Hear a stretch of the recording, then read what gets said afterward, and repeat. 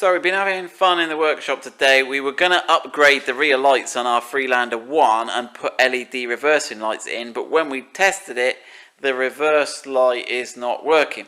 So there is a reverse light switch on the end of the gearbox, and it seems like it's two different types of gearboxes, but when you look at the end here, you've got this sort of, it's almost like a figure 8 shape in this plate here.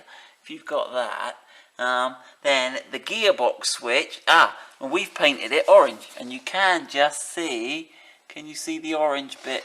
Let me see if I put my hand in it. Can you see it just here? Right, you might have to just adjust this light a bit. Yeah. There we go. That orange bit is the switch. Now, you've got to get a socket on it really. You haven't got room to get a spanner.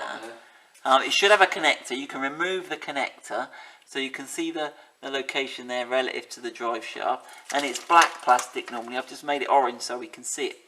Now, right, do you want to spin that out, Ian? If I just, you get your hand in there.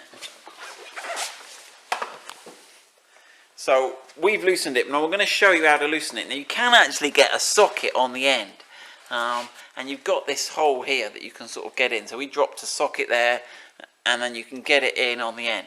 Now, the problem we had with the socket, which was quite interesting, and we came up with what we think is a reasonable solution, was a 19mm socket. So I'm going to have a 19mm spanner first off. You're fine. It is a 19mm spanner. Yeah. But because of the location, you can't get any turn on a 19mm spanner. Now, 19mm, that's 19mm socket. You can't get it on, and the reason is the black plastic, annoyingly, is bigger than 19mm, and inside a 19mm socket, if you look, there's a little ledge just inside, so it hits on that ledge, and then you're stuck.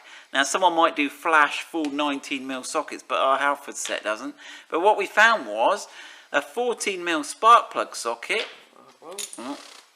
Where's that one gone? There you go, there.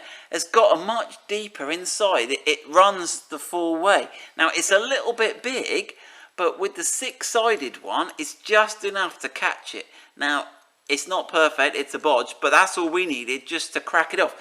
And it's in the gearbox anyway. It shouldn't be that tight.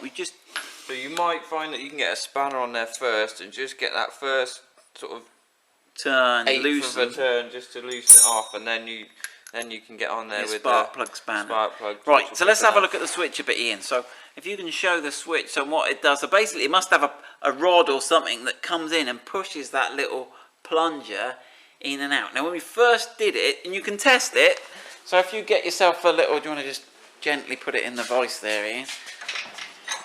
With the pins showing, that's that. So inside the switch, so there's the, you've got, you've got 2 pins, you might not be able to see it here. And what you can do is you can put the multimeter on squeaky mode. So if we touch them together. So Ian's got 1 on each of the pins, and then if you watch, I'm pressing the plunger here. There you go, that worked. Yeah. That worked. So that's all good. Now initially it wasn't working very well. So we sprayed some brake cleaner, and we also did a rather random thing that we just give it a good workout, because our car gets sat around for a long time, and I think something there had just not. So we're all happy now. So we're going to put that. Now let me just show you how to do the connector. Now, so there should be 2 wires. I'll fold it up. 2 wires going down. Drops down. This is the connector on it. Now it should have a bit of wire you're supposed to press to keep it on. And it should have the bridge wire that goes across the top. You've probably seen them before. They're similar to quite a few. You have to like lever the. So you press that in and then pull it off. I don't think we're going to bother putting it. It seems to be tight enough, doesn't it? Yeah. So there you go. So that's how to change the brake light switch. Reverse light switch. Sorry, reverse light switch. How to remove it and our tips. I hope that helps you. Good luck with that.